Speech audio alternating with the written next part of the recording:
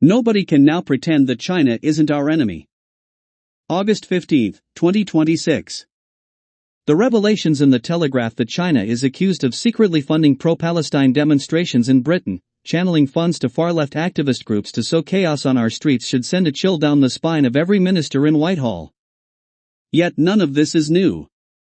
No one in the security establishment, or those of us in politics who have been warning about it, will be remotely astonished. For far too long, Western governments were lulled into a dangerous stupor by the siren song of the so-called golden era of relations with China. This government hasn't learned either, thawing relations with Beijing in a desperate and naive hope for growth. Too many policymakers convinced themselves that commercial integration would inevitably lead to political convergence. Instead, Beijing saw in our good faith an opportunity to deepen their infiltration of our institutions, manipulate our public square, and weaponize our open society against us. For totalitarian regimes, our freedoms are an existential challenge to their authority and a weakness to exploit. The potential secret funding of pro-Palestine demonstrations reflects a deliberate, methodical execution of a military doctrine that the Chinese state published a quarter of a century ago. In 1999, two senior officers in the People's Liberation Army, Xiao Liang and Wang Shangshui, authored a seminal text titled Unrestricted Warfare.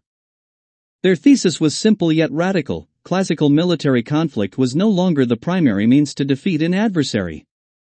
Instead, warfare would be expanded across every conceivable domain of human activity, including political subversion and the exploitation of social division. As Liang and Shangshui made crystal clear, modern conflict requires using all means, including armed force or non-armed force, military and non-military, and lethal and non-lethal means to compel the enemy to accept one's interests.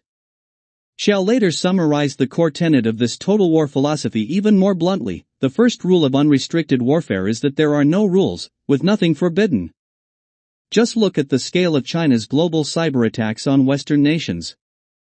This doctrine accounts for exactly the kind of activity uncovered in these covert funding networks.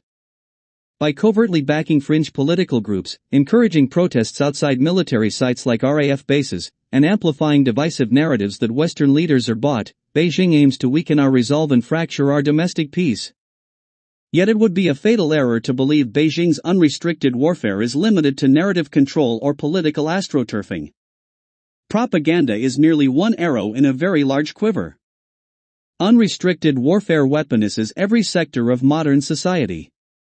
Consider cyber operations, where state-linked hacking groups continuously probe our critical national infrastructure, water supplies, and public services.